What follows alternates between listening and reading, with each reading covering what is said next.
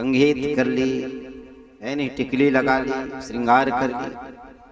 जब मेहमान लोग आए प्रणाम की और कही दादाजी मैं भोजन बनाती हूँ। बोले बनाओ बेटा। तुम्हारे माता पिता? बोले खेत गए हैं, आते हो। अब कन्या ने देखा तो घर में चावल नहीं, चावल ही नहीं है, तो धान कूटने लगी डंडे से, मूसल से। तो हाथ में जो चूड़ियां थी वो चूड़ियां कारण चूड़ी बजने लगी।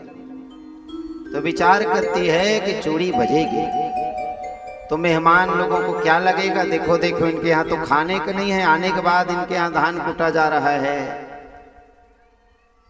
तो हाथ में जो संग्रह था उसको विग्रह कर दिया। एक एक चूड़ी निकाल निकाल करके जमीन में रख दी। जब एक एक चूड़ी एक एक हाथ में बजना बंद हो गया। इससे क्या होता है? संग्रह में दुसंग्रह जो है दुख का कारण बनता है। संग्रह के कोख से विग्रह का जन्म होता है। संग्रह कहीं आपके पास है, संग्रह है, क्योंकि ज्यादा बर्तन में आवाज आता है भैया, तो संग्रहित होके नहीं, एकांत वास होकर के रहो, है नहीं। एकांत में भगवान का भजन पूजन के अभ्यास हो। संग्रह में पूजा पाठ नहीं होता, धर्म कर्म नहीं ज्यादा नहीं होता। भगवान यदु से कहते हैं, हे यदु जी, मैंने समुद्र को भी गुरु बना दिया। एक बार नहाते नहाते गया, जाओ भाई भगवान जगन्नाथ जी का दर्शन कर लूं, तो वहां गया। समुद्र देखो कितना लहरा आता रहता है, लहर ये लहर ये लहर, समुद्र है नहीं, लहरा आता रहता है। आप खड़े रहो तो आपको धक्का मार करके गिरा देता है, 10 हाथ दूर फेंक देता है। लहरा ऐसे आता है, क्या आनंद आता है नहाओ तो समुद्र में। समुद्र का नाम है महोदधि। उसमें कुछ भी डालो वो नहीं लेता, सबको वापस फेंक देता है। समुद्र में कुछ भी डालो रखता नहीं, सबको फेंक देता है, सिर्फ जनेऊ को रखता है। अभी जाओ एक जनेऊ रख लो, ऐसा डाल दो तुलसी बस को रख लेता है, बाकी तो रुपए पैसे नारियल जो डालो सब बाहर फेंक देता है। जनेऊ बस को ग्रहण करता है, उसी बस को रखता है वो। तो सज्जनों, समुद्र कितना सर्वदा गंभीर रहता है,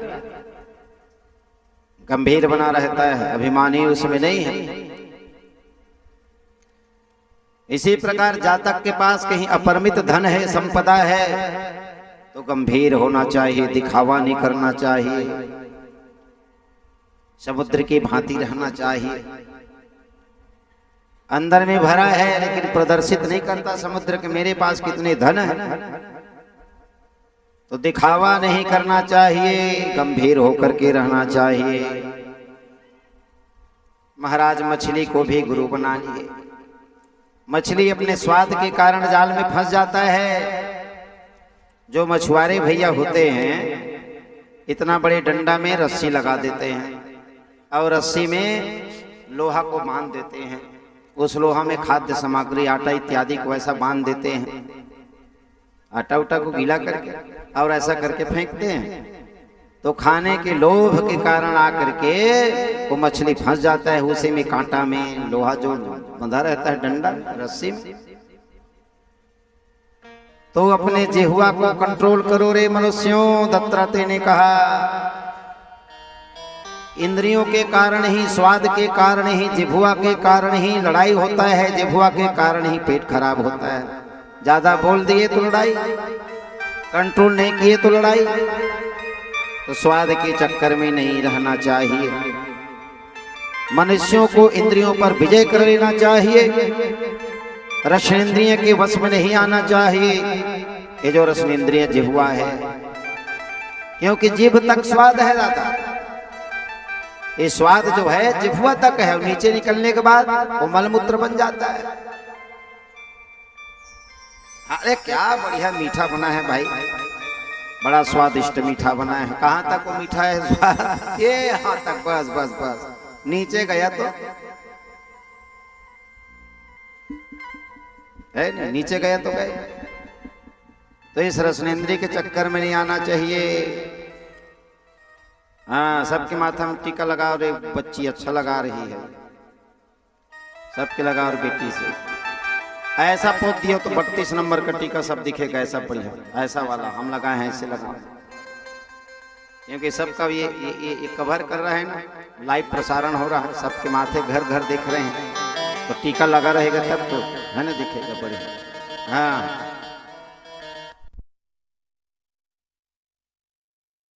हाँ चाहिए। हाँ, ढिंगियाए ऐसे, जैसे ढिंगियाते हैं ना घर द्वार को चूना में, वैसे ढिंगिया दो सबके माथे। हाँ बढ़िया दिखे भाई ऐसा सज्जनों। तो रसनेंद्री के ज्यादा चक्कर में मत लाओ। महाराज पिंगला को बनाया, नदी को बनाया, सरोवर को बनाया, पतिंगा को बनाया, सबको मतलब गुरु मतलब होता है जिससे हमें कुछ सीखने को मिले, है नहीं, वो गुरु है। गुरु को गुरुता कहते हैं। गुरु मतलब गुरुता जिसमें हो, शास्त्र के बारे में जो जाने। ऐसा नहीं कि भाई अरे हमारे वो गुरु है महाराज तो उनके बेटा हमारे गुरु, वो गुरु थोड़ी है, वो स्वयं बंधन में है तो दूसरे कैसे मुक्त करेंगे वो। तो बंधन मुक्त होना, बंधन युक्त नहीं, बंधन मुक्त होना चाहिए। इन्हें सब प्रकार का ज्ञान हो, वेद का, शास्त्र का, ऐसा का गुरु बनाओ। सज्जनों, लौकिक परलौकिक के सुख के भोग के विषय में बताया गया। परीक्षित ने पूछा, भगवान मैं आपसे यह जानना चाहता हूं कि इस संसार में जब भगवान भेजते हैं तो भेजने के बाद मनुष्य को क्या करना चाहिए? मनुष्यों का कर्तव्य क्या है? किम कर्तव्यम? उन मनुष्यों को क्या क्या करना चाहिए? कृपा करके बतलाइए भगवान, कृपा करके आप बतलाइए। तो बताए, सुनो भैया सुनो, मैं तुम्हें बताता हूं। एक समय की बात है कि मनुष्य को सावधान होकर के जीना चाहिए। मनुष्य को सावधान की वृत्ति में जीना चाहिए। जैसे दिन के बाद रात और रात के बाद दिन होता है, वैसे जीवन में सबके यहाँ सुख और दुख होता है। दुख आए तो घबराना नहीं चाहिए, और सुख आए तो अति प्रसन्न के अनुभव भी नहीं करना चाहिए। जैसे बिना बुलाए सुख आता है, बिना बुलाए दुख आता है, वैसे बिना इनवाइट के सुख भी आता है, बिना निमंत्रण के सुख भी आता है। आप लोग यहाँ जितने बैठे हैं, इतने विशाल संख्या में, आप लोगों में से किसी ने बुलाया, इनवाइट किया है? हे आपत्ति, हे कष्ट, हे दुख, मेरे घर आओ। कोई नहीं बुलाते दुख को, कष्ट को अपने घर में, लेकिन कैसे आ जाता है बिना निमंत्रण के। उसी प्रकार बिना निमंत्रण के सुख भी आता है नहीं? बिना निमंत्रण के सुख भी आता है। बस हमको ध्यान देना चाहिए परीक्षित, हमें सत्कर्म में लगा रहना चाहिए। जीवन में हम कभी मन से भी किसी के अहित ना करें, किसी के बुरा ना सोचें, किसी के नुकसान ना करें, किसी की निंदा ना करें। सबका छोटा सा जीवन है, सम्मान करते हो शनि शनि अपने जीवन को निकाल देना चाहिए। क्योंकि कलयुग में 70-80 से ज्यादा आयु नहीं होगा दादा। अभी कोई 100 जी जाते हैं, कोई 105, 110, उसके बाद फिर तो जाने ही है ना ऊपर। और जब ज्यादा कलयुग आएगा तभी कली वर्णन है, उस दिन बताया था मैं। 8 वर्षायुति रजस्वला गर्भणी भवे। कलयुग में 20 साल सबका परमायु होगा, 18 से 20। जैसे कोई अभी 100 जीते हैं, वैसे कोई 20 साल तक जिएंगे। 20 वर्ष की आयु होगा, नहीं तो 10-12 में सटक नारायण हो जाएंगे।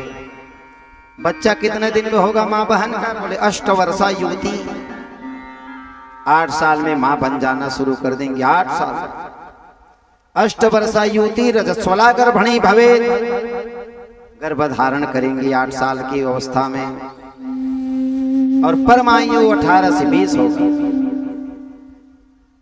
आप बताओ, हस्ते प्रमाणे वृक्षे च अंगुष्ठे चैव मानवे, पेड़ की जो इतना बड़े बड़े पेड़ है उसका हाइट क्या होगा? बोले हस्ते प्रमाणे, एक एक हाथ के पेड़ होंगे। और हम लोगों का हाइट क्या होगा? 6 फीट। पुलिस में जाने के लिए मांगते हैं ना, 6 फीट होना चाहिए, 5-8 से ऊपर हाइट होना चाहिए। तो उस समय हाइट क्या होगा? बोले अंगुष्ठे चैव मानवे। ये बस ये देख रहे हो ना अंगूठा, आप लोगों को दिखा नहीं रही हूँ, मतलब दिखा नहीं रहा हूँ भाई, बता रहा हूँ इतना बड़ा बड़ा है। अंगुष्ठे चैव मानवे। आप बताओ, इतना नहीं कर सकते, माला सटका नहीं सकते, है नहीं? उतना ज्ञान नहीं है। मनुष्य ही ऐसा देह है जिसके द्वारा हम लोग उत्तम मार्ग बना सकते हैं, इस भवाटवी में आने से दोबारा बच सकते हैं। पुनरपि जननम पुनरपि मरणम पुनरपि जननी जठरे शयनम, जन्म लेना मरना, मरना जन्म ले, जो जन्मता है मरने के लिए और जो मरता है पुनः जन्म लेने के लिए। तो आवागमन से बचने के लिए क्या करें? बोले भज गोविंदम भज गोविंदम, गोविंदम भज मूढ़मते। हे मूढ़मती, हे बुद्धि, हे मन, तो गोविंद के क्यों नहीं भजता रे? है नहीं? आवागमन के छुटकारा से बचना है तो इसको करना चाहिए। भगवान अब देखने लगे,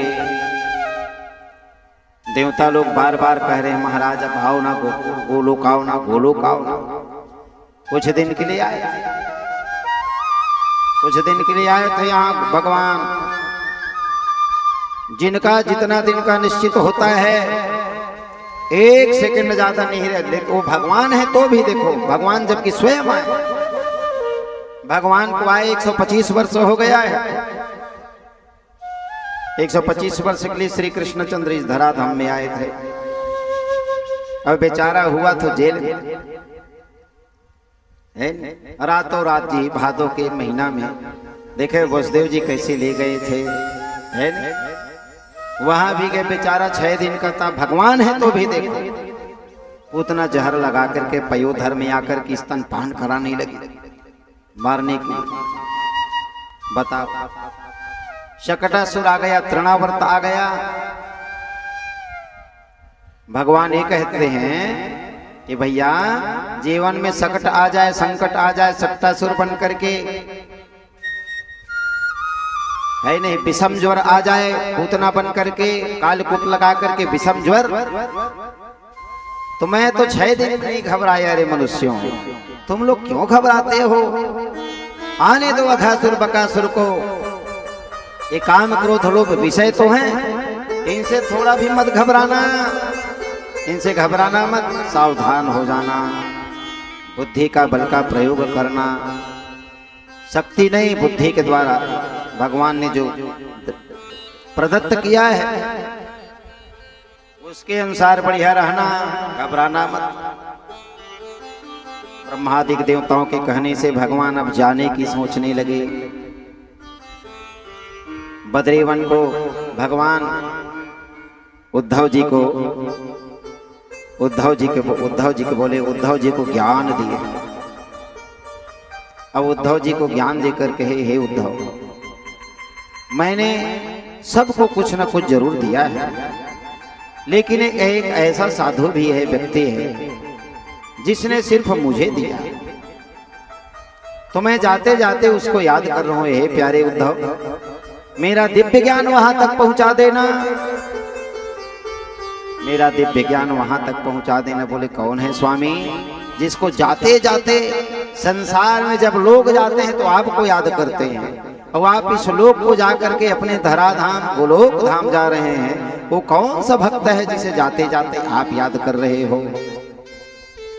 तो द्वारिकाधीश ने कहा, हे प्यारे उद्धव, मैं आया था 125 वर्ष के लिए, अब जा रहा हूं गोलोक में। मैंने धर्म की व्यवस्था कर दी, सुदृढ़ कर दी। देखना कि मैं तुम्हें दिया, बड़े बड़े राजाओं महात्मा साधुओं को दे दिया, लेकिन जब मैं इंद्रप्रस्थ हस्तिनापुर गया था तो मुझे विदुर जी ने बहुत कुछ खिलाया, विदुरानी काकी ने मुझे बहुत कुछ खिलाया, लेकिन मैंने उन्हें वापस नहीं दे पाया। मैं उन्हें कुछ नहीं दिया तो मेरा परम तत्व ज्ञान उनको जाकर के प्रकट करना जो मैंने तुम्हें दिया है। तो उद्धव जी ने मैत्री को बताया। मैत्री जी ने विदुर को देखा, प्रसन्न होकर के हिमालय यहाँ हरिद्वार में कहा, हे विदुर जी, मैं विशाल भार अपने कंधों में लेकर के ढो रहा हूं।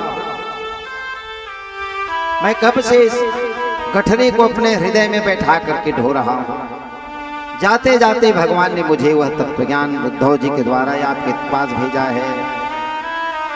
तो विदुर ने कहा, क्या भगवान चले गए? बोले हाँ चले गए, सदैव के लिए चले गए। तो वह दिव्य ज्ञान विदुर को दिया। उद्धव जी से कहे, हे उद्धव, ऐसा करना, तुम बद्रीनाथ चले जाना।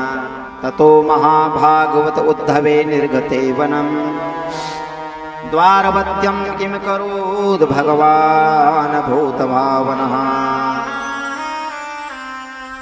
हे उद्धव, तुम बद्रीनाथ चले जाना। यहाँ जो मैंने लीला किया है उसका चरित्र चिंतन करना, मेरे खड़ाऊ तुम्हारे पास रहेगा। बोले प्रभु, जब आप चले जाओगे तो धर्मः कः शरणं गतः, धर्मम कम शरणं गतः, आपके जाने से धर्म किसके शरण में रहेगा? तो बोले मैं कहूं नहीं, कहीं नहीं जाऊंगा रे, मैं श्रीमद्भागवतालाख्यम, मैं भागवत में सशरीर प्रवेश कर जाऊंगा। यही भागवत है जिसमें हमारे ठाकुर जी विराजित हैं। भागवत के एक एक अक्षर में गोविंद के श्यामलता समाई हुई है। इसको मात्रा प्रेस का, प्रिंटिंग प्रेस का अक्षर मत समझो। भागवत पोथी में एक एक अक्षर में गोविंद की श्यामलता समाया हुआ है। इसलिए सभी लोग भागवत सुनने की कामना करते हैं कि मेरे घर में भागवत हो, मेरे घर में भागवत हो। जो प्राणी भागवत को अपने सिर में धारण कर लेता है तो चतुष्टय को धारण कर लेता है, धर्म अर्थ काम इसको धारण कर लेता है। जिनके आंगन में कहीं एक बार भागवत का पोथी विराजित हो जाता है, वहां शंकर जी ऐसे कीचड़ बना करके लेटते रहते हैं। वहां भैया हमेशा के लिए लक्ष्मी विराजित हो जाती है। उनकी यश कीर्ति चारों तरफ फैलना शुरू हो जाता है। जिनके घर में श्रीमद् भागवत का पोथी का नित्य पूजन होता है, प्रति अक्षर में गोविंद समाये हैं, प्रति अक्षर में गोविंद का वास है। सज्जनों, भगवान कृष्ण ने देखा आकाश में पृथ्वी में ते घोरा बहुत पाता द्वारवत्यम यम केतवः मुहूर्तमपि नास्ते मत्र नो यद पुंगवाः। अंतरिक्ष में, आकाश में, नीचे में, पृथ्वी में जहाँ देखो उत्पात होना शुरू हो गया। कलयुग लग चुका है। द्वापर और कलयुग के संधि में भगवान गए हैं। कलयुग में भी थे भगवान, ऐसा कुछ साल कलयुग की लगा हो गया। दोनों के संधि वेला उत्पात देखा, श्रेष्ठ यतियों को बुलाया और कहने लगा, सुनो जी, हम लोग शंखोद्धार क्षेत्र में चलते हैं, वहां स्नान करके प्रभास क्षेत्र में जाएंगे। क्योंकि अच्छे स्थान में भगवान जान गए कि सबको मरना है। अच्छे स्थान में मरने से सद्गति मिलता है। स्थान स्थान की महिमा, स्थान प्रधाने न बल प्रधाने। एक बार भगवान शिव जी पार्वती के साथ भगवान विष्णु से मिलने के लिए आए। तो भगवान शिव जी और नारायण एक जगह बैठ गए, लक्ष्मी पार्वती एकांत में बैठ गए, स्त्रियों के साथ बैठ गए। तो शंकर जी के देह में क्या लिपटा रहता है दादाजी?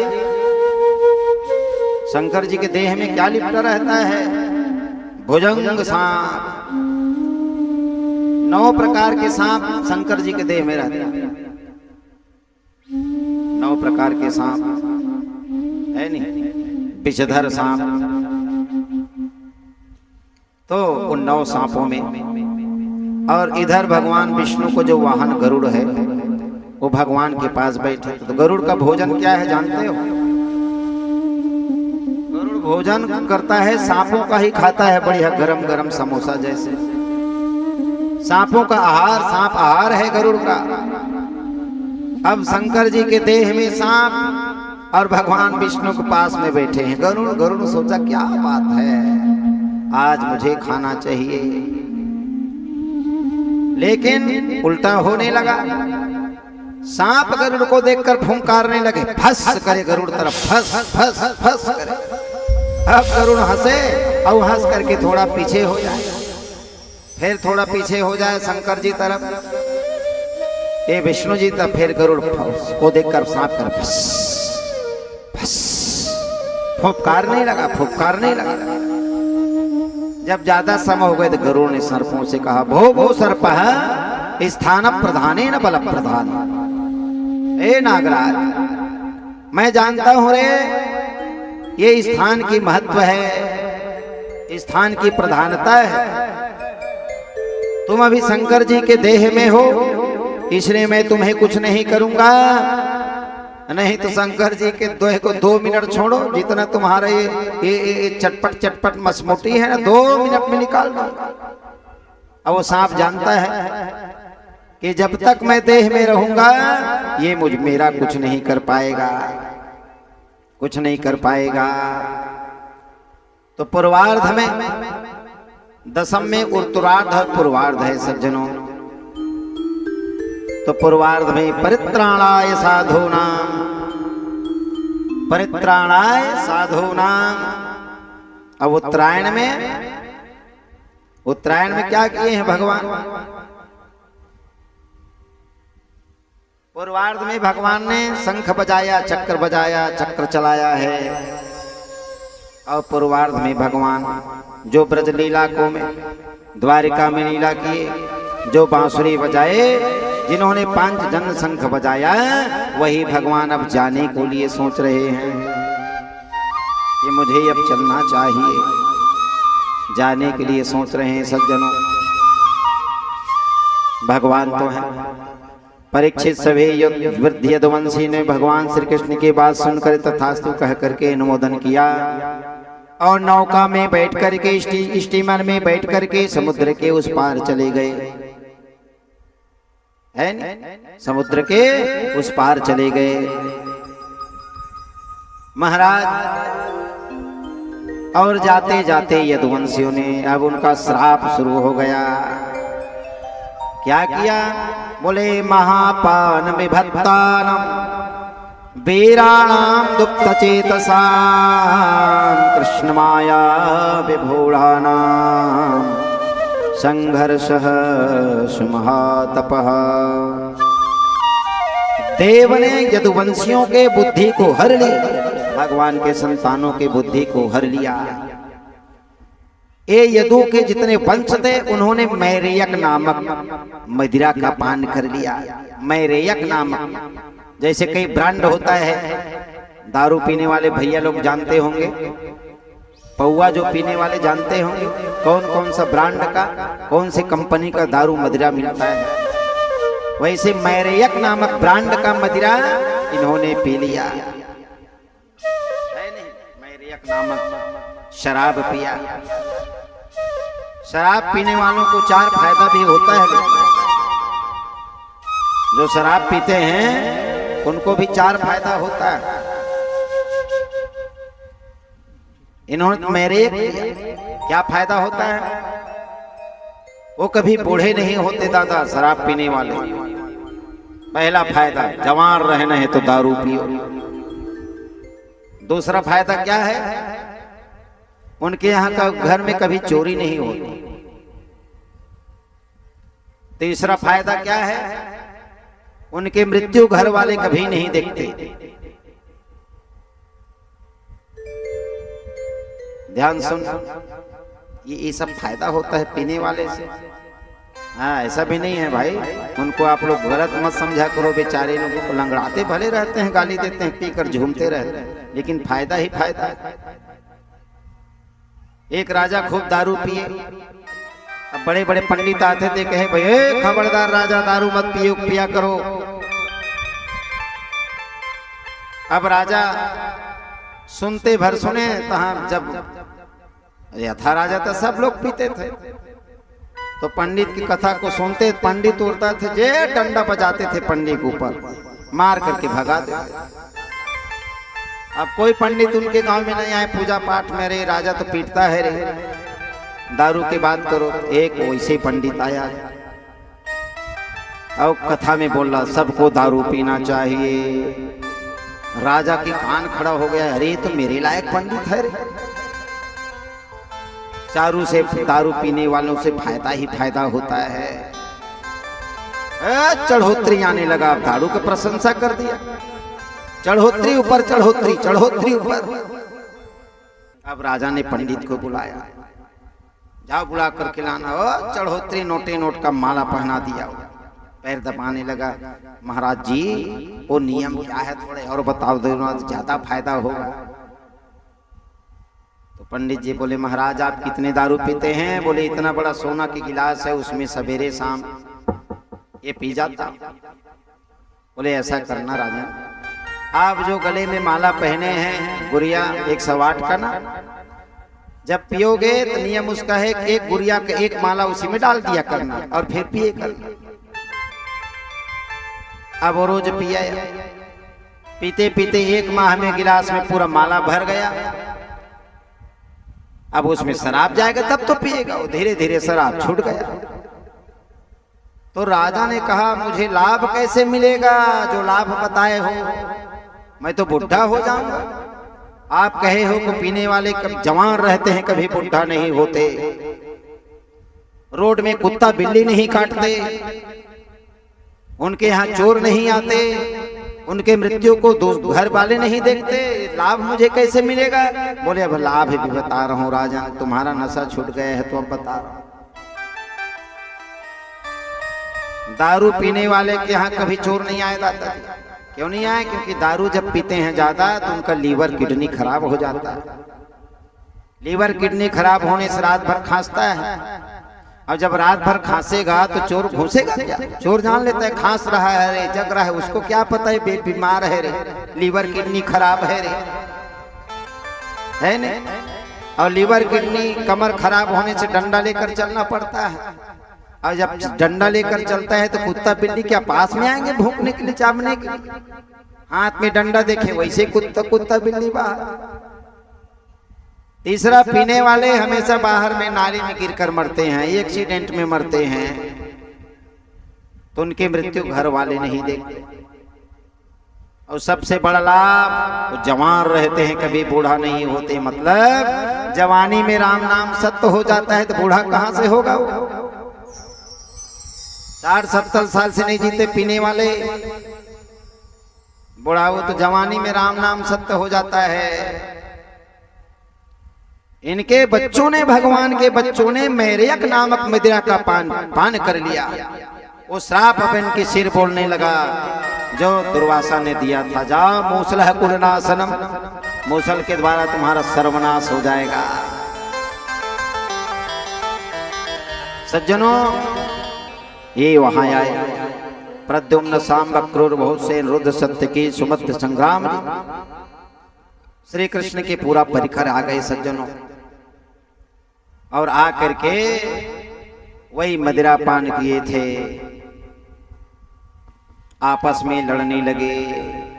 क्योंकि पीने वाले भैया रिश्ता भूल जाता है दादा, पीने वाले रिश्ता क्या है भूल जाता है। हाँ, अरे इतना वो रंग है तो राजा से ज्यादा बात करते हैं पीने के बाद। हाँ, किसी को कुछ नहीं समझता। आपस में भाई भाई लड़ने लगे।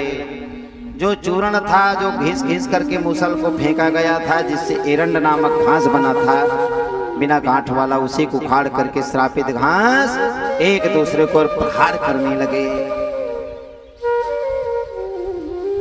बलराम जी समझाए, दाऊ भैया कहे, अरे बच्चों आपस में मत लड़ो रे। दाऊ भैया को आंख दिखाने लगे। जिनके सामने भगवान कृष्ण सिर झुकाकर बात करते शेष अवतार बलराम जी को आंख दिखाने लगे। आपस में लड़ लड़ के मर गए, करोड़ों की संख्या में ना। जब देखा बलराम जी, ओहो उत्पात हो रहा है, ठाकुर जी भी जाना चाहते हैं। तो ब्रह्म सापोपसृष्टानाम कृष्णा माया वृतात्मनाम परस्पर्धा क्रोध क्षयम निंदे वैष्णव निर्यथावनम। बलराम जी ने सोचा कि मैं पहले आया था तो मुझे पहले जाना चाहिए। भगवान बलराम जी समुद्र में घुस गए। राम समुद्र वेलाया योगमास्थाय पौरुषम त्याज लोकमानुष्यम तत्याज लोकमानुष्यम संयुज्यात्ममात्मनि। शेष जी भगवान बलराम जी जैसे समुद्र में घुसा, विशाल शेषनाग रूप में परिणित हो गए। क्योंकि शेषनाग बलराम जी बनकर के आए, शेषनाग के रूप में परिणित हो गए। भगवान गोविंद के 4 प्रदक्षिणा किया और प्रदक्षिणा करके अंतर्हित हो गए। बोलो बलभद्र भगवान की, शेष भगवान की, बलराव जी महाराज की। जब भगवान ने देखा कि मेरे बड़े भाई चले गए, मेरे बड़े भाई चले गए, तो अब मुझे भी लीला संभरण करना चाहिए। मुझे भी लीला संभरण करना चाहिए, लीला संभरण करना चाहिए। सज्जनों, भगवान गोविंद चतुर्भुज रूप में आ गए।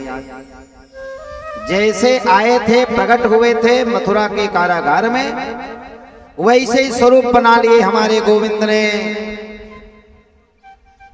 ध्यान सुनना, जिस रूप में भगवान प्रकट हुए थे वैसे ही स्वरूप बना लिए। हम लोग जैसे आते हैं वैसे ही जाते हैं। जैसे कोई व्यक्ति जब होता है माँ के गर्भ से, तो उसका वेट करिए, वजन करिए। 3 किलो को है, कहीं बच्चा जन्म लिया है तो मरेगा तो भी 3 किलो का ही रहता है। 2.5 किलो का बच्चा जन्म लिया है, मरने के बाद उसको अस्थि को तौल लेना 2.5 किलो ही रहता है। जन्म लेते समय जितना वेट वजन, उतना मरने के बाद उसका हड्डी रहता है, उतना ही वजन रहता है। वैसे ही भगवान आए थे चतुर्भुज रूप में। तमद्भुतम बालकं भुजक्षणं चतुर्भुजं शंख गदायुधायुधं श्रीवत्सलक्ष्मं कलशोभिकस्तुभं पीतांबरं सांद्र पयोद सौभगम। 4 भुजा में भगवान प्रकट हो गए। उनके पूरे आभूषण आ गए। बिभ्रत चतुर्भुजम रूपम भ्राजिष्णु प्रभया स्वया दिशो वितमिरा कुर्वन् विधूम इव पावकः। महाराज वर्षा कालीन मेघ के समान सांवले शरीर में तपे हुए सोने के समान ज्योति निकल रही है। भगवान पद्मासन लगा करके हमारे श्याम सुंदर बैठ गए। एक पैर को दूसरे जांघ में और दूसरे पैर को दूसरे जांघ के ऊपर, उसको कहते हैं पद्मासन। पद्म मतलब कमल की भांति। वक्षस्थल पर भगवान के श्री वत्स का चिन्ह झिलमिला रहा है। रेशमी पीतांबरी धोती, वैसे ही दुपट्टा धारण किए बड़ा मंगलमय स्वरूप भगवान का दिखाई देने लगा। भगवान के मुख कमल पर सुंदर मुस्कान है। देखिए, भगवान अपने पूरे वंश को नष्ट कर दिए तो भी दुखी नहीं है। इसीलिए भगवान के एक नाम आनंद है। थोड़ा भी दुखी नहीं, बढ़िया मुस्कान है। कल कपोलों पर नीले नील के अलकावली पड़ रहे हैं। कमल के समान सुंदर सुकुमार नेत्र हैं। कानों में मकराकृत कुंडल धारण कर लिए भगवान। कानों में सुंदर मकराकृत कुंडल है और कमर में करधनी, कंधे पर यज्ञोपवीत, माथे पर भगवान के सुंदर मुकुट है। ऐसे स्वरूप का आप भी अपने हृदय कमल में विराजित करिए। कलाइयों में कंगन, गाहों में बाजूबंद, बक्षल में हार और चरणों में नुपुर, अंगुलियों में अंगूठियां, गले में कस्तूर मणि का शोभायमान हो रहा है। भगवान आए थे जैसे वैसे स्वरूप भगवान के दिखाई देने लगा। घुटनों पर वरमाला, तुलसी का माला भगवान धारण किए हुए हैं महाराज, और एक तलवे को दूसरे तलवे के ऊपर रख कर के विराजित हैं। दूर से एक जरा नामक व्याधि ने जब देखा तो कहा भगवान के तलवे को, पीले पीले तलवे, सुंदर चमकीले, जिसमें कई प्रकार का चिन्ह शोभायमान हो रहा था। उन चिन्हों को जब दूर से जरा नामक व्याधि ने देखा तो सोचा हो ना हो मृगा है, पानी पी रहा है, उसका जीभ है, जीभ के भांति। तो वही जो किल लगा हुआ था, श्रापित किल, जिसके समुद्र में मछली के पेट से प्राप्त किया था, वही बाण को उसने रखा था, चला दिया। वही बाण आकर के हमारे श्याम सुंदर श्री कृष्णचंद्र द्वारिकाधीश के चरणों में लग गया। मुसलावशेषाय खंड कृते सुलब्ध को जराह मृगस्याकारं तच्चरणं बिभ्याद मृगशंकया। वही जरा नाम की पहेलिया ने मारा और जब आकर के देखा तो दंडवत, हे मधुसूदन, मैंने अनजान में यह पाप कर दिया। यस्यानुस्मरणं अजानता कृतमं पापेन मधुसूदन छन्तुरमर्हसि पापस्य उत्तम लोक में नघा। हे मधुसूदन, मुझे क्षमा करना, मैंने अनजाने में आपके श्री चरणों में यह बाण लगा दिया। भगवान ने कहा, हे जरा तू मत डर, मत डर, हे जरे मां भैर्जरे त्वमुत्तिष्ठ काम एष कृतो हि मे याहि त्वं मदनुज्ञातः स्वर्गं सुकृततां पदम्। हे जरे तू मत डर, मत डर, उठ उठ उठ उठ, तूने मेरे मन का काम किया है।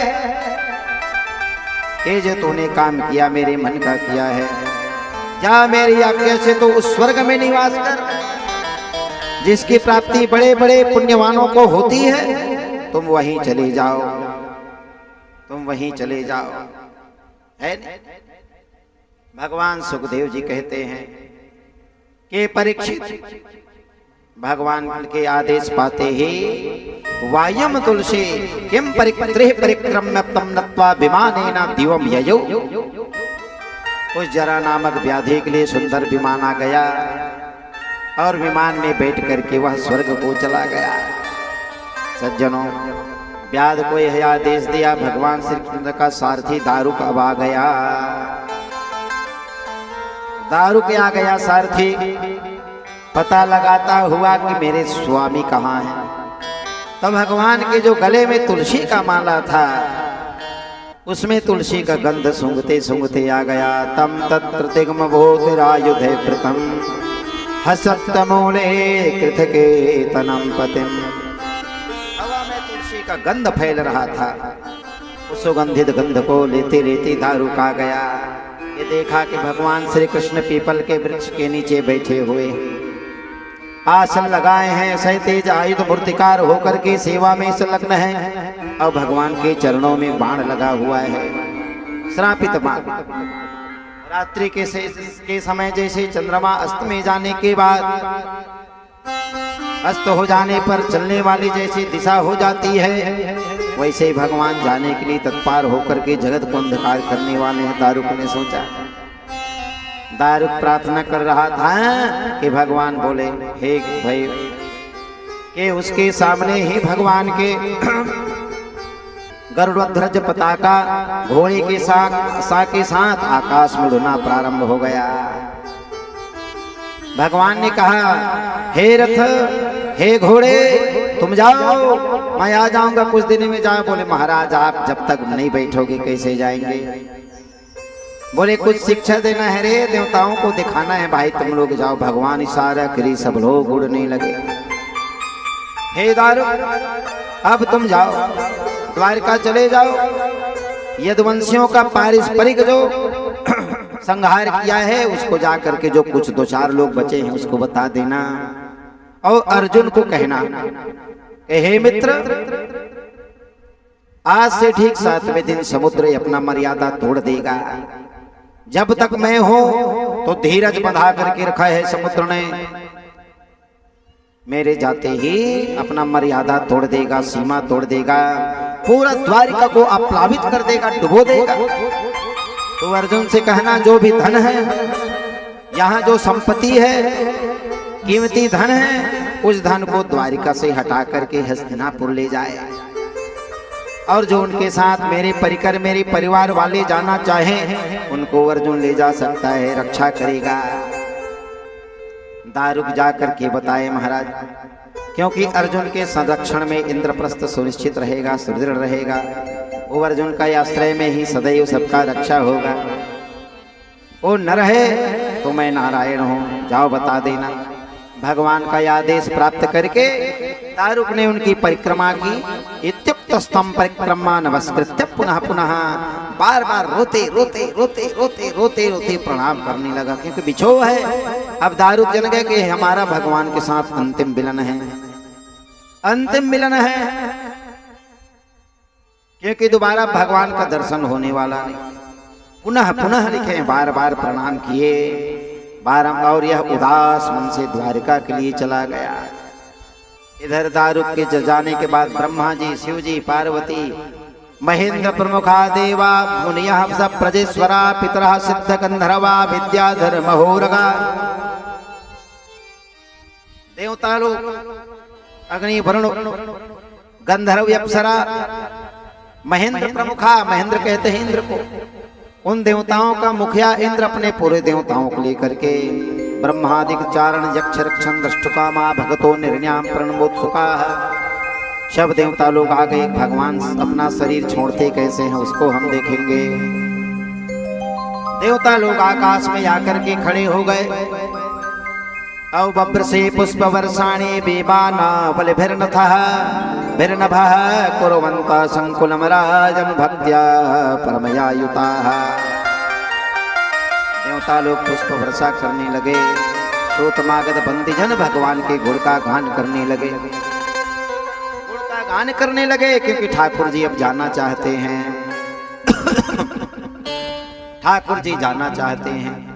लोकाभिरारम सुतनुम धारणा ध्यान मंगलम योग धारणया क्रिया तद्वा धामा विसस्वकम। भगवान चतुर्रूप में इतना सुंदर दिख रहे हैं कि सुखदेव जी कहते हैं परीक्षित मैं बता नहीं सकता। भगवान इतना सुंदर थे जी, कहते हैं कि मैं बता नहीं सकता। अग्नि देवता संबंधी योग धारण द्वारा उसको जलाया नहीं।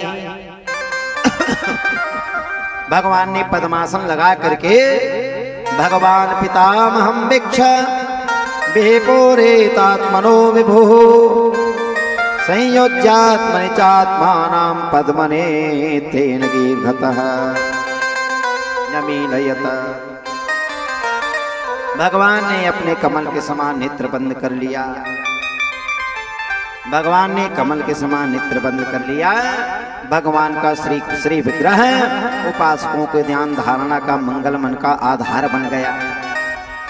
जो श्री विग्रह बना करके बैठे थे उन्हीं को ध्यान धारणा अपन बना लिए, ध्यान में समाहित कर लिए देवता लोग। श्री विग्रह के चिन्ह को अपने हृदय कमल में विराजित कर लिए सदैव के लिए। योगी एक समान अग्नि देवता संबंधी योग धारणा द्वारा उसको, क्योंकि भगवान को जलाया तो नहीं जाता, तो भगवान के शरीर से दिव्य तेज निकला। जब दिव्य तेज निकला वही भागवत में आकर के समाहित हो गया। इसलिए सब लोग भागवत सुनते हैं घर घर भैया, है नहीं। शब्द रूप में भगवान गोविंद की श्यामलता रूप में समाया हुआ है। बोलो श्री कृष्णचंद्र भगवान की। सह शरीर भगवान उड़कर के चले गए। संत महापुरुष लोग कहते हैं कि नहीं, भगवान के शरीर को अर्जुन ने बाद में जलाया था। जब अर्जुन के शरीर को जलाया तो पूरा शरीर जल गया, लेकिन हृदय नहीं जला हुआ। हृदय नहीं जला तो क्या किया जाए? बोले हृदय में हृदय के धड़कन कर रहा था, उसको समुद्र में डाल दिया। वही हृदय बहते बहते बहते बहते जगन्नाथ जी में आया और तब से वह हृदय आज भी जगन्नाथ भगवान के हृदय में स्थापित है। जब सावन डबल पड़ता है, अधिक मास पुरुषोत्तम मास, कोई मास 2 बार हो जाता है ना, डबल आषाढ़ डबल, वैसे जब श्रावण डबल होता है तो एक विशेष नियम की जिसमें चिन्हित होता है, स्वप्न के द्वारा देते हैं आज भी। तो वही नियम की लकड़ी के जगन्नाथ भगवान, बलभद्र और सुभद्रा महारानी की मूर्ति रोपित करते हैं। और जब रोपित करके लाते हैं तो जो जगन्नाथ भगवान अभी स्थापित हैं उनमें का हृदय को निकाल करके नवीन जगन्नाथ भगवान के हृदय में लगाते हैं। इसीलिए तो वैज्ञानिक भी, साइंटिस्ट भी आश्चर्य हैं। भगवान के हाथ भी में आजकल ये चलता है, जो ऐसा नस दबाते हैं ना, क्या बोलते हैं भाई, तो लोग ऐसे देखते हैं नाड़ी, बताइए लकड़ी की मूर्ति में नाड़ी आज भी चलता रहता है। आप कभी जगन्नाथ जाए देखिए, ऐसा छुओ नाड़ी चलता रहता है, क्योंकि स्पंदन करता है। आज भी द्वारिकाधीश कहीं नहीं, जगन्नाथ भगवान में विराजित है उनका हृदय। सतयुग में बद्रीनाथ धाम का महत्व था जी, त्रेता में रामेश्वरम का, द्वापर में द्वारिका का, लेकिन कलियुग में जगन्नाथ भगवान सब साक्षी हैं, साक्षात हैं, ये साक्षात हैं। आज भी देखिए, और जगन्नाथ भगवान के मंदिर के पीछे आप लोग भगवान दक्षिण द्वार से जहाँ स्तंभ लगा है, आगे जब जाओगे चंदन तालाब की ओर, जहाँ आप लोग महोदधि के लिए जाते हो, वहीं पर क्या है? बोले जगन्नाथ भगवान का मरघट है, जहाँ ये भगवान की मूर्ति को, पाषाण को जब लाते हैं तो जलाया जाता है और नवीन स्थापना किया जाता है। इस प्रकार से सज्जनों, भगवान लीला संभरण करके 125 वर्ष के बाद इस धराधाम को छोड़कर चले गए। बोले द्वारिकाधीश भगवान की। ये परम योग माया की बात है। भगवान के परम धाम की कथा को जो प्राणी सुनता है, उनके हृदय में भगवान सच्चिदानंद घन के प्रति भक्ति जागृत होती है। उनके ऊपर भगवान अपने अहेतु की कृपा करते हैं। उनके यहाँ कभी अकाल मृत्यु फिर बोध नहीं होता है। जो भगवान गोविंद के इन परम कथा, पावन कथा को सुनता है। सज्जनों, अर्जुन ने देखा कि कहा है केशव ने कि 7 दिन में समुद्र डुबा देगा द्वारिका। पूरे धन को लेकर के गए अर्जुन वहां से, जितना रथ में छकड़ा में भर भर के, और कुछ जो इनके घर में बचे थे उन सब अर्जुन के साथ गए। रास्ते में जंगल मिला, रास्ते में जंगल में जो भिल्ल थे, भिल्ल जाति के, वो अर्जुन के जितना धन ले गए थे सब द्वारिका को, धन को हड़पने लगे, छीनने लगे। अर्जुन ने 5 अपने गांडीव धनुष को चलाया, धनुष काम नहीं करना बंद कर दिया, क्योंकि शक्ति में कृष्ण जब तक है उसके बाणों में शक्ति है, शक्ति रूप में कृष्ण विराजित थे। पूरा धन को भिल्ल ने लूट लिया। तभी से कहावत बन गया ना कि पुरुष बले नहीं होता है, समय होत बलवान, भिल्ल न लूटे गोपिका, वही अर्जुन वही मां। सज्जनों, पूरा लूट लिए। जब इधर देवकी यशोदा वसुदेव नंद बाबा ने सुना, सुनते ही शरीर प्राण त्याग, सुने हैं कि प्राण निकल गया जी, हमारा लाला चला गया, कृष्ण चला गया। देवकी रोहिणी चैव वसुदेवस्तथा सुतो, कृष्ण रामा वपश्यन्त सौकार्ता विजस्मृतम्, प्राणांश विजहस्तत्र भगवत हरिध्वरातुरा, उपगुह्यां पतिस्तात चेता मारुस्त्रिया। नंद बाबा, यशोदा, रोहिणी देवकी तो सुनते ही प्राण पखेरु उड़ गए। और जो भगवान की कुछ स्त्रियां जो घरमती सुनी तो चिता बना करके अपने शरीर को उसी में भस्म विभूत कर देते हैं। बोलो सच्चिदानंद भगवान की जय। कुछ बूढ़ों को लेकर के आए महाराज। गर्भ काले तो संपूर्णे अष्टमे मास तैस्त्रियो देवकी च यशोदा च सुसुवाते समम तदा। ध्यान से सुनना, भगवान कितने मास में प्रकट हुए थे? सुखदेव जी कहते हैं कि गर्भ काले तो संपूर्णे अष्टमे मास ते स्त्रियौ देवकी च यशोदा च सुसुप्ता ते समम तदा। राम जी बलराम जी को कितने मास तक गर्भ, उस समय गर्भ में थे लोग? जैसे साधारण माता बहनों का बच्चा 9 माह के बाद होता है, 9 माह गर्भ धारण कोई 10 मास के बाद, लेकिन भमे मास स्त्रियौ यशोदा रोहिणी के गर्भ से 8 माह में दोनों बच्चे प्रकट हुए थे। देवकी चा यशोदा चा सुसुवाते समम तदा। एक ही 8 दोनों में। कोई 8 माह में सतवासा बच्चा जी जाता है, लेकिन 8 मास का बालक कभी नहीं जीता, वो भगवान ही जिए।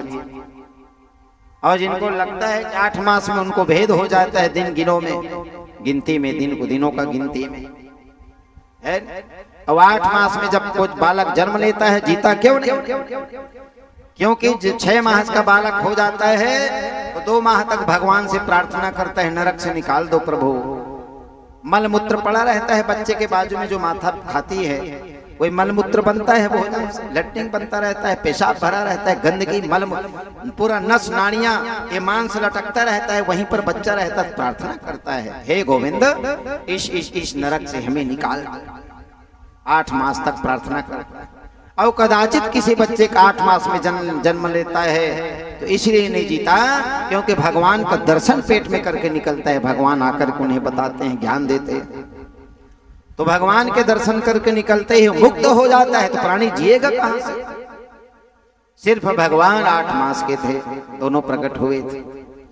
उसके बाद कलियुग के राजवंशों का वर्णन महाराज परीक्षित जी को बताए। अब परीक्षित का भी आज अंतिम दिन है सज्जनों, है नहीं? कलयुग में क्या होगा अब बतलाने लगे, सुनो परीक्षित। के दूरे वार्यनम तीर्थम लावण्यम केश धारणम उदरम भरता स्वार्थ सत्यत्वे धार्ष्णमेव ही। कलयुग में महाराज अपने गांव के तालाब को तीर्थ कहना शुरू कर देंगे, नर्मदा गंगा जाना बंद कर देंगे। दूरे वारिणम तीर्थम, अरे दूर क्या जाओगे जी, ये गांव को नदी तालाब है ना, ये गंगा से क्या कम है? उसी को गंगा, उसी को नर्मदा समझ लेंगे। माता पिता की हड्डी को उसी में छोड़ना शुरू कर देंगे, नाले। और लावण्यम केश धारणम, बड़े बड़े बाल रखना पुरुष लोग शुरू कर देंगे, जैसे माँ बहन रखते हैं वैसे पुरुष लोग पाँच करके कथा करेंगे। उनको देखने से ब्रह्म हत्या जैसे पाप लगता है, ये सुखदेव जी का वचन। अब आज टीवी में जितने देखो ये इतने बड़े बड़े बाल लेकर के औरत जैसे आते हैं, महिला जैसे, माता स्त्री बहन जैसे। तो लावण्यम केश धारणम, पुरुष लोग बड़े बड़े बाल रखना शुरू कर देंगे। उनको देखो तो साक्षात कलयुग जैसे दोष देखने से लगता है। और उदरम्बरता स्वार्था सत्वे धार्ष्ट समय वचा। और महाराज सिर पर बाल रखने के बाद क्या करेंगे? सिर पर उदम्बरता स्वार्था है, अपने पेट भरने को ही, वो सबको समाज के खिलाने का अपने को भाग समझेगा। इतने नहीं, दाक्षम कुटुंब भरणम यशोर्थे धर्म सेवनम, धर्म का सेवन करना बंद कर देगा, हमेशा सत्य बोलेगा, अक्रोध करेगा, है नहीं? सिर्फ अपना और अपना पत्नी का ध्यान करेगा। माता पिता को छोड़ दिया, तुम लोग अपने व्यवस्था खुद करो। माता पिता को सम्मान देना भूल जाएगा। ब्रह्म पितृक्षत्र शूद्राणाम यो बलि भविता निपा प्रजा हि लुब्धे राजन्ये निघ्रणे सुधर्म कई। जो जा चोरी करेगा, झूठ बोले, पाखंड करेगा, वही राजा बनेगा। जिसके पास चोरी का, डकैती का धन होगा, वही राजा बन करके सबके दिलों में वास करेगा। तो अनावृष्टा दृश्यन्ते दुर्भिक्ष। कलयुग में जब लगेगा अनावृष्टि प्रारंभ हो जाएगा, कभी पानी गिरेगा कभी पानी हो जाएगा, कभी पानी गिरेगा कभी पानी नहीं गिरेगा, कभी नहीं गिरेगा, कभी गिरेगा तो गांव-गांव को बहा देगा, कभी 10 साल गिरेगा तो गांव-गांव को बहा देगा, कभी 10 साल कभी 5 साल कभी 15 साल, कभी 5 साल कभी 15 साल के लिए पानी बंद हो जाएगा, ऐसा के लिए पानी बंद हो जाएगा।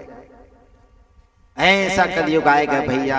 तो क्षुद्रभ्याम व्याधिकश्चैव भिश्चैव संतप्त्यं च चिन्तयाः त्रिशत विशन्ति वर्षाणि परमायु कलरो नृणाम्। महाराज कलयुग मनुष्य के परमायु केवल परमायु त्रिशन्ति विशत वर्षाणि केवल 20 वर्ष रहेगा, इससे केवल 20 वर्ष रहेगा। इससे ज्यादा प्राणी कोई जो धर्मात्मा पर उस गुफा में वो 30 साल जिएगा, परम आयु रहेगा। कलिकाल के दोष से प्राणियों के शरीर छोटे छोटे हो जाएंगे। क्षेमाणेषु देहेषु देहिनां कलिदोषतः वर्णाश्रमवतां धर्मे नष्टे वेद पते नृणाम्। महाराज वेद मार्ग प्राय नष्ट हो जाएगा, लुप्त होता चला जाएगा। धर्म कर ये लुप्त होता जाएगा। पाखंड प्रचुरे धर्मे दस्यु प्रायेषु राजसो। पाखंड का प्रचार प्रसार हो जाएगा, पार हो जाएगा। पाखंड किसे कहते हैं? पापस्य खंड है, पाखंड है जो पाप का खंड किसे कहते हैं? पापस्य खंड है, पाखंड है जो पाप का टुकड़ा है, अंश है, खंड है, उसे ही पाप कहते हैं। घर घर पाप परायण नर नारी हो जाएगा। चोर बढ़ जाएंगे, डाकू बढ़ जाएंगे, गौवें बकरियों की तरह छोटी छोटी काम दूध देने वाले हो जाएंगे। गाय जो है इतने बड़े 1-1 फीट के हो जाएंगे भैया, इतने बड़े बड़े छोटे छोटे इतने बड़े बड़े गाय है। और शूद्र प्रायेषु वर्णेषु छाग प्रायेषु धेनिषु गृह प्रायेषु श्रमेशेषु यौन प्रायेषु बंधुषु। गवें बकरियों के समान वानप्रस्थी सन्यासी विरक्त आश्रम वाले भी घर गृहस्थी जुटाकर गृहस्थों का व्यवहार करने लगेंगे। जिनसे वैवाहिक संबंध होगा उन्हीं अपना संबंधी माना जाएगा, बाकी सबको छोड़ दिया जाएगा। रिश्ते नाते भूल जाएंगे, जहां पाएंगे अपने बहनों से शादी करेंगे, माँ से शादी करेंगे, कोई नहीं मिलेंगे तो अब मार काट खून की नदियां बहाएंगे। धान जौ गेहूं आदि धान्यों की छोटे छोटे पौधे ये इतना बड़े 1-1 इंच को हो जाएगा। अब 1 इंच आएगा तो कितने लगेगा? उसमें 2-4 है नहीं, गिनती से लगेगा भाई। तो महाराज तो क्या होगा? बोले थम कालो गतप्राय जने तो खर धर्मणि धर्मत्राणाय सत्वेन भगवान अवतरिष्यते। महाराज 100 साल के लिए पानी बंद हो जाएगा। कितने दिन के लिए? 100 साल तक पानी नहीं गिरेगा दादाजी। कलयुग के जब अंत होते होते महाराज भगवान का अवतार होगा। जब ज्यादा पाप बढ़ जाएगा तो कहाँ होगा? शंभलस्य ग्राम मुख्यस्य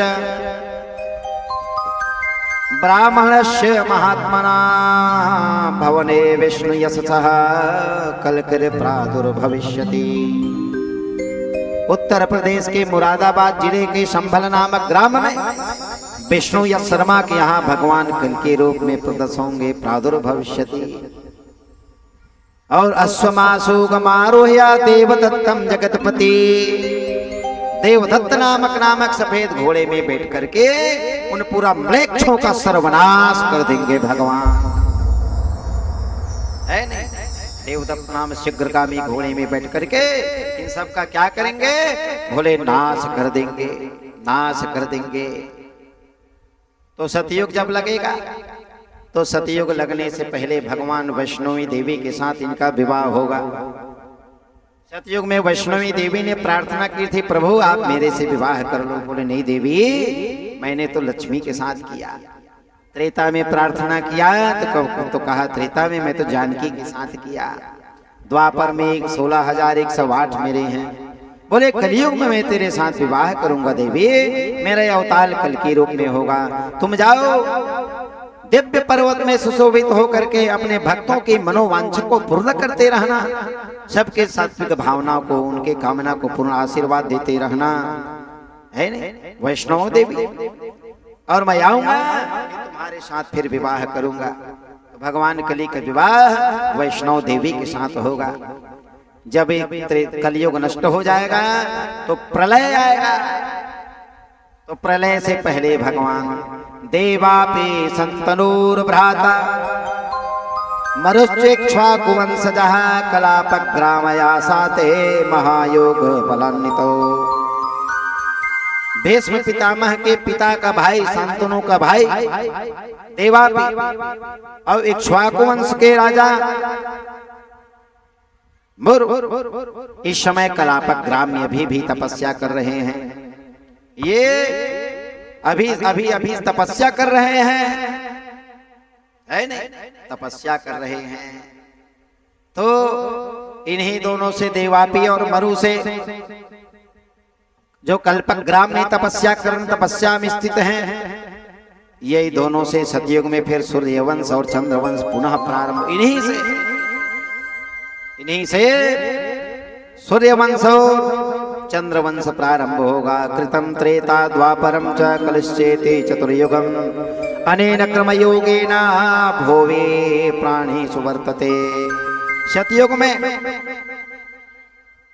सतयुग में, त्रेता में, द्वापर, कलियुग में 4 युग है। पूर्वोत्तर क्रमशः अपने समय में पृथ्वी के प्राणियों पर अपना प्रभाव दिखलाते हैं। जैसा युग होता है भैया, वैसे ही स्वभाव भी थोड़ा थोड़ा मनुष्यों का हो जाता है। तो कलियों के दोष से बचने के लिए क्या करना चाहिए प्रभु? तो कलियुग के दोष के लिए क्या करना चाहिए? बोले केनोपायेन भगवान कलरे दोष कलो जना विद बिभ्यन्तु पचेतांस तन्मे ब्रोहि यथा मुने। कलियुग के दोष से बचने के लिए सज्जनों नाम संकीर्तन लेना चाहिए। नाम संकीर्तनम यस्य सर्व पाप प्रणाशनम। नाम संकीर्तन करना चाहिए। जितने आप भगवान के नाम संकीर्तन करोगे उतने आप कली से बच जाओगे।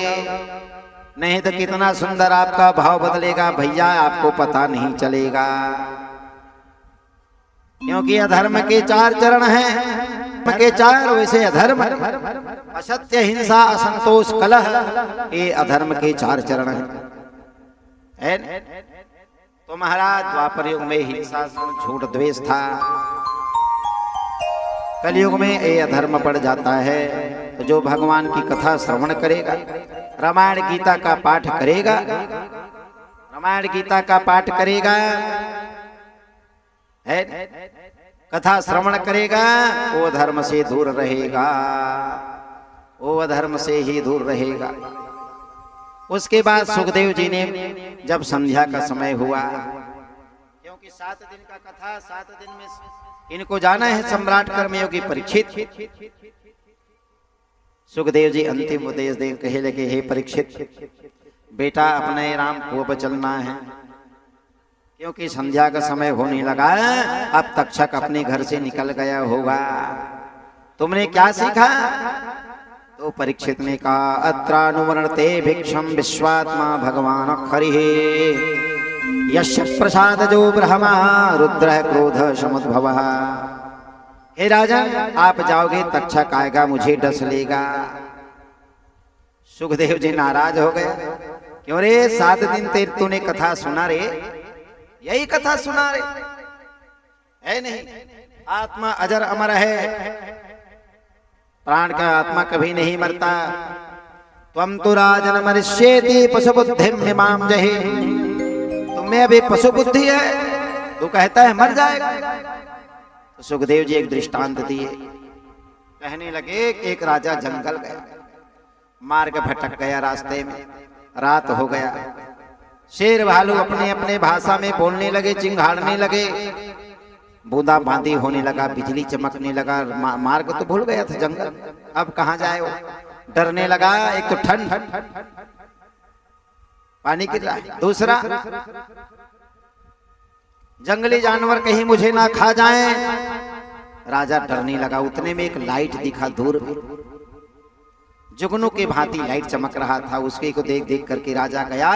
एक छोटा से झोपड़ी बना था दादाजी, उसमें एक वृद्ध व्यक्ति निवास कर रहा था, डोकरा दादा। तो आवाज दिया, दादाजी अंदर में कोई है तो कृपया मुझे भी आने दो, नहीं सिंह व्याघ्र मुझे खा जाएंगे, ठंड में मारा जाऊंगा, मुझे अंदर आने दो। तो अंदर से एक बूढ़ा दादा ने कहा, नहीं जी हम अंदर किसी को नहीं बुलाते, अंदर जो आता है यहीं रह जाता है, जाने की इच्छा नहीं करता, इस कुटिया को छोड़ने की इच्छा नहीं करता। बोले मैं सुबह होते ही तुम्हारे कुटिया को छोड़ दूंगा दादा, मुझे रात में निवास दे दो, मैं अतिथि रूप में आया हूँ, अतिथि देवता के समान होते हैं, अतिथि देवो भवः, मुझे अंदर तो आने दो। अब राजा अंदर गया, दुर्गंध, अंदर गया झोपड़ी के अंदर, क्योंकि 2-3 हाथ का कुटिया बना था, दुर्गंध, सड़ा गला ऐसा मांस लटक रहा था, सड़ा गला मांस लटक रहा था। एक कुंड में लेटरिन करता, एक मूत्र करता, पेशाब त्यागता, वहीं पर पेशाब करता, वहीं पर मल त्यागता, लेटरिन करता, अब मांस लटक रहा है, दुर्गंध, क्योंकि वृद्ध हो गया था, आने जाने में असमर्थ। राजा नाक बंद के लिए, हे भगवान कैसे गंदगी में आ गया, लेकिन रात में बाहर जाएगा शेर खा जाएगा।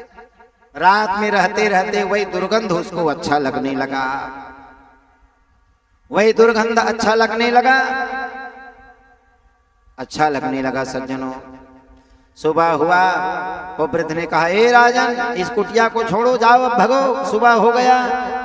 बोले राजा 2-4 दिन और रहने दो ना। वो बदबू उसको अच्छा लगने लगा, जाने का नाम नहीं ले रहा था। परीक्षित ने पूछा, कौन मूर्ख राजा है जो इतना बदबूदार कुटिया को नहीं छोड़ना चाहता?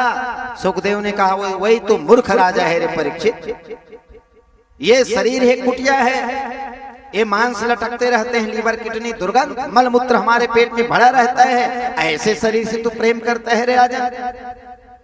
तो तुम तो राजन मनुष्येते पशु बुद्धि में माम जहे, पशु जैसे वृद्धि बुद्धि है तुम्हारा, त्याग दे, इसको छोड़ दे, समता के भाव में आओ, ममता को त्याग दे, ऐ नहीं ममत्व जो जागृत होता है उसे त्याग दे। परीक्षित के बुद्धि में आ गया, परीक्षित के विचार में आ गया, राम राम राम राम, ये ठीक कह रहे हैं, ईश्वर ही से मैं प्रेम करता हूं। संध्या का समय हुआ है, संध्या का समय हुआ, दिन डूबने का समय हुआ। सज्जनों, दिन डूबने का समय। बोल वृंदावन बिहारी लाल की, राधा रमण सरकार की।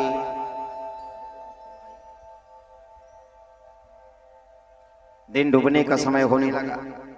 परीक्षित पद्मासन लगा के कथा सुना है जी, पास में भागीरथी गंगा, और कानों में सुना है भागवती गंगा, 2 गंगा है नहीं? हाँ, वहां सुना है। शाम को हुआ, तक्षक आया है सज्जन। जब तक्षक आया, उससे पहले महाराज अपने प्राण को त्याग दिए थे। ध्यान सुन, शरीर को डसा है, प्राण को नहीं, आत्मा को नहीं, शरीर को डसा है। प्राण को अपान में, अपान को व्यान में, व्यान को समान में लगा करके अपना प्राण त्याग दिया था। शरीर को डसे हैं तक्षक। ध्यान सुनना, हाथी जो होता है, हाथी वो कैथ के फल को बड़ा चाव से खाता है। दादा कैथ जानते हो, इधर क्षेत्र मिलता है नहीं कैथ, इतना बड़ा बड़ा होता है, कश्य है ना, वो उसको खाता रहता है बड़ा चाव से। और खाने के बाद वो जब मल कर देता है, खाने के बाद लीद जब करता है, कर देता है वो हाथी, तो फल को ज्यों के त्यों उसके मल से बाहर निकल जाता है। कैद को खाता है, 10 कैद खाएगा, देखना 10 को कैद को कुछ दिन बाद अपने मल के साथ बाहर कर देता है। फल ज्यों का त्यों रहता है, लेकिन फल को फोड़ करके देखो तो पूरा गुदा को खा लेता है, फल ज्यों का त्यों रहता है। न कहीं से टूटा न फूटा, न कहीं लाइन न रेख, न टूटा रहता है न फूटा रहता है न रेख, लेकिन अंदर पूरा गुदा को खा जाता है, फल ज्यों का त्यों रहता है, ज्यों का त्यों रहता है। क्या रस रसायन उसके पेट में है। लक्ष्मी आती है जाती है कैसे, बोले आगता यदा लक्ष्मी नारकेल फलांबुवत, जैसे नारियल में पानी कौन देता है पता है, नहीं देते कोई, वैसे ही लक्ष्मी आती है घर। अब विनिर्गता यदा लक्ष्मी गजभुग्न कपित्थवत, जब लक्ष्मी जाती है तो गजभुग्न, गज मतलब हाथी, भुग्न कपित्थ, कपित्थ मतलब कैद, गजभुग्न कपित्थवत, जैसे हाथी खाता है निकाल देता है, वैसे लक्ष्मी जाती। उसी प्रकार सम्राट कर्मयोगी परीक्षित ने अपने प्राण को अपान में व्यान को समान में ऐसा लगा करके पंचम प्राण वायु के का करके सब शरीर को छोड़ा है, और छोड़े हुए शरीर को आकर डस मारा, शरीर भर भर भर भर भर भर जलने लगा। देवता लोग हड़बड़ा गए, विषैले जीभ से लपलपाता हुआ जब छोड़ा, इनका शरीर जलने लगा, शरीर जलने लगा महाराज, है नहीं। और देवता लोग अप्सराएं देख करके पुष्प वर्षा के पहले भय को, बाद में इनके पुत्र जन्मेजय ने सर्पेष्टि नामक यज्ञ किया है कि मेरे पिता को सर पे काटा है तो मैं सर्पेष्टि यज्ञ करूं। कश्यप जी, अगस्त जी इत्यादि महात्माओं ने आकर के समझाया कि भैया जिनका मृत्यु जहां पता होता है उसे वहां जाना ही पड़ता है, उसे उसी इस दिन में मरना पड़ता है। तो आप लोगों ने सावधान किया है, और हम लोग थोड़ा से इससे बचते हैं, इससे ये चुटकुला करो, हंसाओ गवाओ, क्योंकि भागवत का नाम है ज्ञान यज्ञ, है नहीं, ज्ञान यज्ञ नाम है। और तो भी भाई इतना बढ़िया आप लोग बैठ करके सुने हो, इसलिए साधुवाद, सबको धन्यवाद। क्योंकि अभी जितना है ना हंसाना गजाना नचाना वाले ज्यादा सुनते हैं, और हंसाओ नचाओ गवाओ नहीं तो महाराज को मूर्ख समझते है नहीं। ऐसा हमारे महाराज को कुछ नहीं आता रे, भाव होता है लोगों का, क्योंकि वही समय चल रहा है ना हंसाने का सामने। तो सज्जनों, अगर ये ज्यादा बनता नहीं हो, बनता भी हम कहते नहीं है नहीं। गुरुदेव भगवान का आदेश था कि भैया, और व्याकरण के शैली से व्यास शैली से कहना, जो भागवत में है देख देख करना, श्लोक बद्ध करना, क्योंकि श्लोक जो है देववाणी है। लोग सुने या सुन, इनके कान में श्लोक पढ़ते ही भगवान उनकी कृपा करना शुरू कर देते हैं। तो भगवान गुरुदेव भगवान द्वैपीठाधीश्वर ब्रह्मलीन जगत गुरु शंकराचार्य स्वामी श्री रूपानंद सरस्वती जी महाराज गुरुदेव भगवान हैं, उनके कहने से ही हमें व्यास शैली से कहते हैं। अब व्यास शैली को श्रेष्ठ माना गया है, तो भागवत में उसे शुद्ध, क्योंकि व्यास जी लिखे हैं तो व्यास जी के लिखे हुए कहोगे तब तो व्यास कहलाओगे। व्यास गादी में बैठे हो, व्यास के गोदी में बैठ करके इधर उधर नहीं, तो जो भागवत में है उसे कहना चाहिए। इसमें 335 अध्याय हैं, 18,000 श्लोक है, 18 द्वादश स्कंद हैं। पादो यदेयो प्रथम द्वितीयो एते तुरे नाभिस्तथा पंचमे मखष्टो।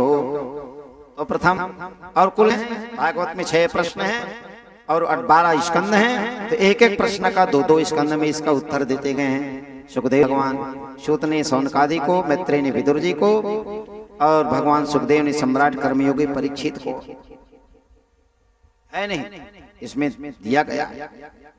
तो सज्जनों, भगवान के जो परम मंगलमय जो कथा का श्रवण करता है, भगवान को अहेतुकी की कृपा प्राप्त होता है। इसलिए भागवत तो जी घर घर, जो जैसा जिनके यहाँ जैसा व्यवस्था, कोई व्यवस्था के अनुसार करना चाहिए। भागवत की इतना महिमा है नहीं। भागवत में 4 शब्द है, भगवत, भाष्य क्या होता है, भाति सर्वेषु वेदेषु गसे गतिर्यस्य दुरत्ययः वसे वरिष्ठम सर्वशास्त्रेषु तसे तारयन्ति भवान्मा। बताओ, इतना इसका महिमा है एक एक शब्द का। भागवत भक्ति ज्ञान वैराग्य और त्याग, तो भांति सर्वेषु वेदेषु, 4 वेद हैं, 1 लाख मंत्र हैं। एक भाव करोगे तो 12 साल लगता है वेद के एक मंत्र। अब 12 साल तो भागवत सुनने से 4 वेद का श्रवण का फल मिल जाता है। ग से भाग, ग से दूसरा शब्द है ग से गतिर्यस्य, उनके गति निर्माण कर देते हैं दुरत्ययः। फिर भागव, व शब्द से वरिष्ठम सर्वशास्त्रेषु, 6 शास्त्र होते हैं, उन शास्त्रों के वरिष्ठ सुनने का फल, 6 शास्त्र को सुनने का फल प्राप्त होता है।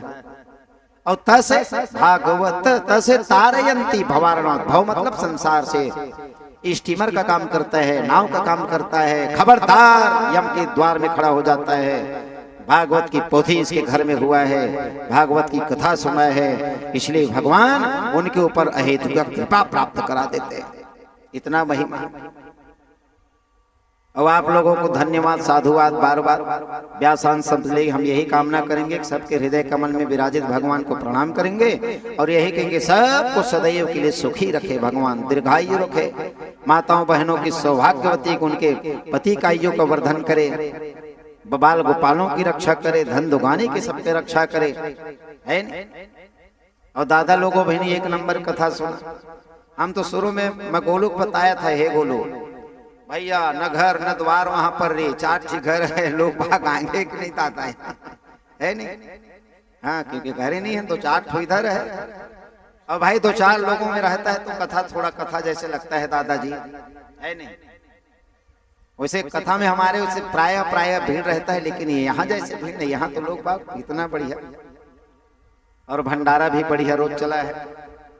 और कल तो इसका भोजन है, अभी से निमंत्रण है सब। और कल का जो कथा है वो 10 बजे शुरू हो जाएगा, 10 बजे गीता।